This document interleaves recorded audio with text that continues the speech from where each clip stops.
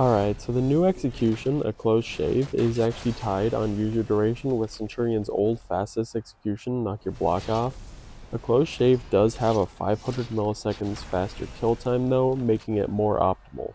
So Centurion's kick chains into heavy on whiff, making it impossible to dodge it and get the guard break. This also does work with his charged heavies to throw off the parry timing if your opponent does empty dodge, then go for the parry. If you're playing against Centurion, by the way, just dodge attack it. That'll give you a punish every single time. Speaking of punishability, his uncharged level 1 punch will sometimes let your opponent side dodge and get a confirmed guard break, and sometimes it will not. Basically, after a light attack, punch will be punishable by guard break. After a blocked or landed heavy, it will not. After his unblockable chain heavy, it will be. And after the fully charged neutral heavy, it will only be guard breakable on very strict timing for your opponent. So they'll have to dodge basically immediately as soon as they possibly can in order to get their guard break. If they wait just a tiny little bit, then they won't. In training grounds here, I do have the bot set to dodge then guard break. It seems like it can get the guard break whenever it dodges to my left, but whenever it dodges to my right, I can counter guard break. Since this makes really no sense whatsoever, I'll just chalk it up to weird bot behavior and again assume that if you dodge as early as you possibly can, you will get the guard break. Interesting thing about Centurion's heavies is they're 700 milliseconds, and when neutralized are 500 milliseconds, it'll put the parry timing right up like this. Oh god damn it, where's my pen? It's fine, I'll just use this. So as you can see, when the attack starts about 200 milliseconds in, that's when the light parry timing will start, and the light parry timing will actually end at 400 milliseconds, which is exactly when the heavy parry timing starts.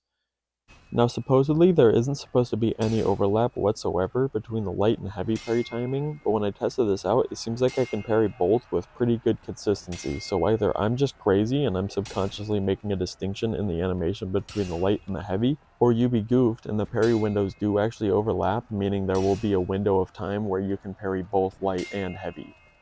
Either way, this shows it's really easy to accidentally parry his heavies when going for a light parry, especially with a little bit of lag, so what you could do is avoid this using slightly charged heavies. They're more effective than full charged heavies since with those, the opponent can actually parry early, realize they didn't get the parry, feint the heavy, and then block you before they get hit. Next thing I want to go over is that his sidelights actually have fantastic tracking. If you forward dodge or feint a punch and your opponent thinks you'll let out the bash, they'll usually either dodge or dodge attack. Doing a light instead will generally catch both, with the exceptions of characters with dodge attacks that have insane iframes like Warmongers or Tiandi's side dodge heavies. Another thing is his Lion's Roar punches on guard break will drain stamina, however they'll get all that stamina back by the time you actually land the charged heavy. So unless you can use it to put your opponent out of stamina, or if you have Haymaker, doing the Lion's Roar punches are not only pointless but actively detrimental since they will take a moderate amount of stamina to perform. If you do have Haymaker though, you can add damage on your heavy parries by doing the riposte knee and then doing a level 1 punch, which will be confirmed, then doing your light attack. And now for some near useless information, Centurion's zone allows him to hit a character in all guard and in some cases punish their counter. With Aramusha, you can take the next part of your zone and either dodge or parry the heavy riposte. The light will actually be undodgeable, so you will have to parry it in order to stay safe. However, for me at least, both of these are going to be reactable, so basically if I know that they're going to either throw the heavy or light, then I can just react and parry which direction I need to. The kick, which you have to dodge, is not reactable, and with the undodgeable light, it makes a weird sort of bash undodgeable 50-50, but since he doesn't get any damage off the kick without a wall, it's pretty easy to guess what they'll do. With all of these options, committing to the second part of your zone will actually trade with Aramusha's riposte.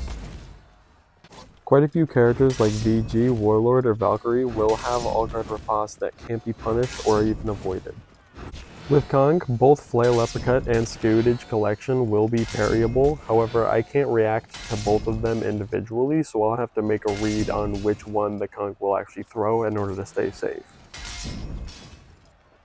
Nushia's deflect does have exactly one parry frame, and the direction is unreactable, making this basically impossible to pull off in an actual match. If you've seen the last video in which I covered this, the offer is still on. But remember, reality is an illusion, the universe is a hologram. Buy gold. Bye.